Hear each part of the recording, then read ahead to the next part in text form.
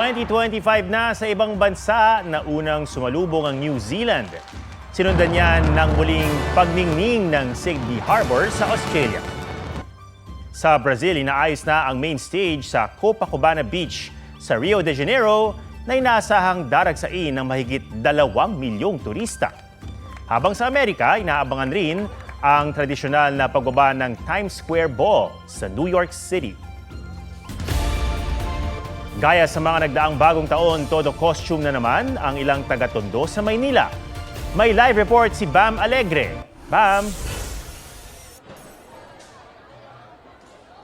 Atong, Happy New Year! Basta New Year party dito sa Tondo, talaga namang sama-sama hanggang magdamagan, pamorningan nga, ika nga.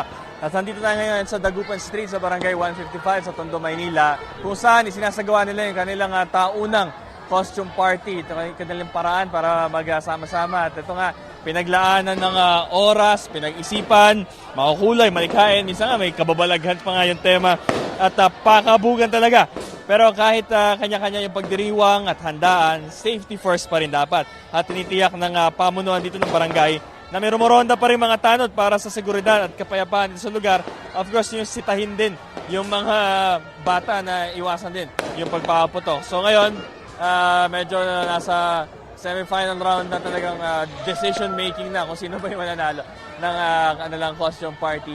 At yan ang slice lamang ng Tondo celebration dito sa Maynila. Bam Alegre para sa GMA Integrated News. Balik sa iyo, Atom. Happy New Year at maraming salamat, Bam Alegre. Divorce nina Angelina Jolie at Brad Pitt na settle na. Kinumpirma ito sa Reuters ng abogado ni Jolie pero hindi idinetalye ang nilalaman nito. Wala pang komento si Pitt.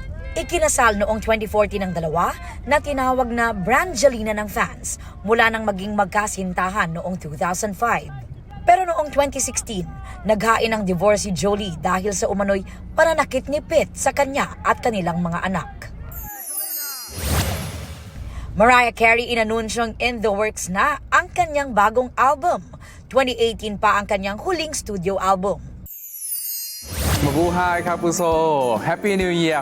Ilang sikat na Thai actors na napanood sa GMA Network nagpahatid ng New Year messages sa mga kapuso. I'd just like to wish everyone a happy New Year, especially to the GMA fans. To everyone in Philippines, Happy New Year's and Merry Christmas. Wish you a great health, wealth, and the best 2025. Aubrey Carampel nagbabalita para sa GMA Integrated News. Huwag magpahuli sa mga balitang dapat niyong malaman.